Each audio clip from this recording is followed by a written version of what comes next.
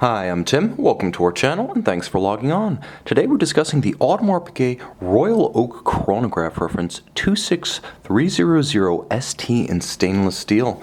You can see this discontinued 39mm stainless steel Royal Oak Chronograph and purchase it on our website. Subscribe to our YouTube channel if you enjoy these videos, and please click on the card in the upper right hand corner of the screen at any time during this video to see our full sales listing for this watch with additional accessories included in the sale, high resolution images for your desktop, and naturally complete pricing details for this Audemars Piguet Royal Oak Chronograph in 39mm. Now, of course, discontinued since 2012, the 39mm Royal Oak Chronograph is the perfect option for those who have wrists smaller than 17 centimeters in circumference. It's no secret that the 41mm watch, while handsome and impeccably finished, wears more like a 42mm offshore than it does like the original 39mm Royal Oak Chronograph. You can see on my 16 centimeter circumference wrist, the watch is perfectly proportioned and it is sitting flush and secure against my wrist. So the watch is relatively slim. All things considered, an automatic integrated chronograph caliber enables 11mm of thickness with a generously sloped case flank and of course the rounded flank of the octagonal bezel, allowing the watch to easily slide beneath any dress cuff. Now, 39mm across the round of the case from 9 to 3 does not include the crown guards, crown or chronograph pushers, which I have screwed out for operational sake and demonstration during the video. Now you can see that the lug-to-lug dimension of the watch is 49.5mm, but when you include the flare, the outermost rigid portions, which are extended by the inflexible plots, these intermediate links, you can see the watch actually has a span at minimum across the wrist of 52.3mm. All Royal Oaks and offshores on bracelets wear bigger than their nominal size. I would say this one wears like a 41, and the 41 wears more like a 43. So take that into consideration when shopping between the 39s and the 41s, depending on your wrist size. Again, if you're 17 centimeters in circumference or under, this is going to be the size you want. Now, the finish is everything you've come to expect from every Audemars Piguet, but you get more with the Royal Oak because it's always been a watch defined by the integration of bezel, lugs, case, and bracelet, and this is no exception. You can see the hairline bevel along the flanks that continues seamlessly from the swell of the lug shoulder down the individual links. Now you can see the sweep of the diminishing links more easily than you can feel the steps between the links. That's how perfectly executed the tolerance, the diminishing tolerance of each link is. It's easier to see than to feel. Now you'll note elements polished and satin finished, sometimes where you wouldn't expect them, as the edge of each intermediate link features a polished and rounded edge with a satin finished top. Of course, satin finished down the center of the links. Handsome, beautiful, even, and aligned. And then on the underside, you can see broad channels between the primary links to avoid pinching skin, pulling hair, and of course to allow the wrist to aerate on a hot day. There is a deployant clasp, single fold with AP logos, all in high polish.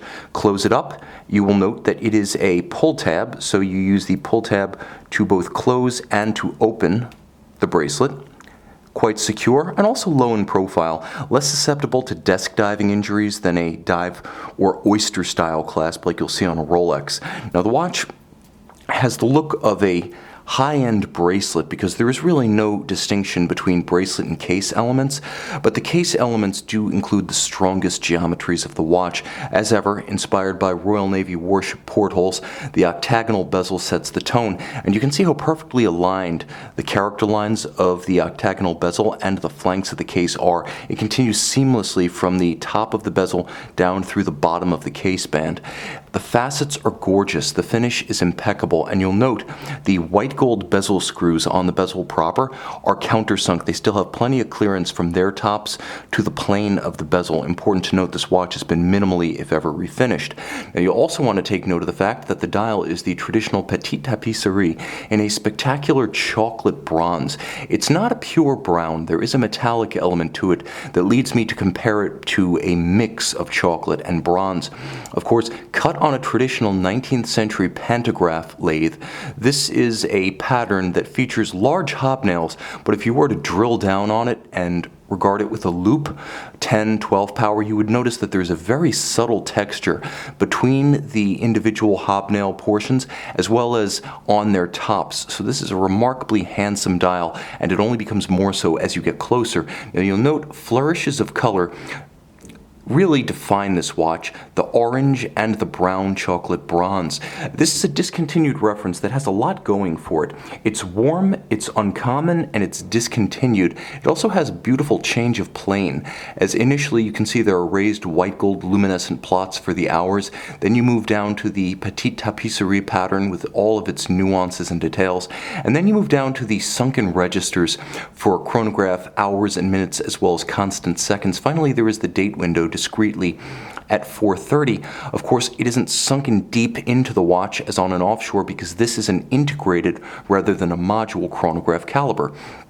Now, as I mentioned, I've screwed out the chronograph pushers, so I want to demonstrate the advantage of this caliber's vertical clutch. You can start the chronograph with 0 jump.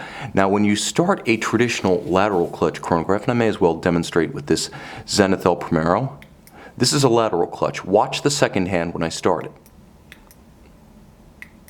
In each case,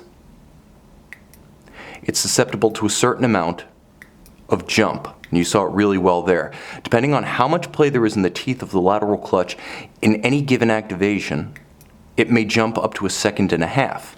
Now here, let's take another look real quick. Here, there's 0 jump, there's no stagger, and because the vertical clutch has no play, it always resets precisely to the index at 12.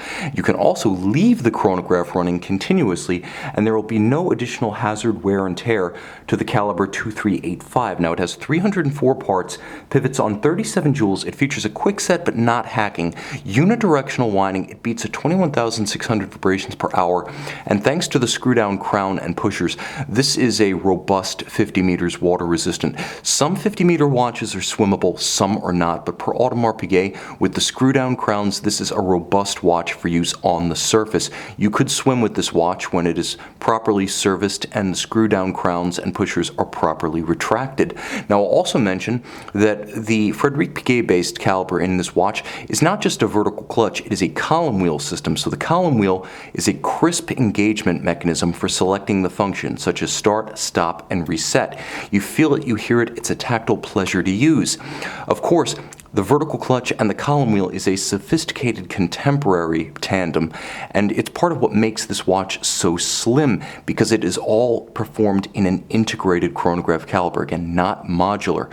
Vertical clutch, column wheel, automatic winding, 40-hour power reserve, 50 meters water resistant, and a quick set date. A handsome watch with color and character, discontinued in the highly desirable 39mm case size. See it and own it on our website.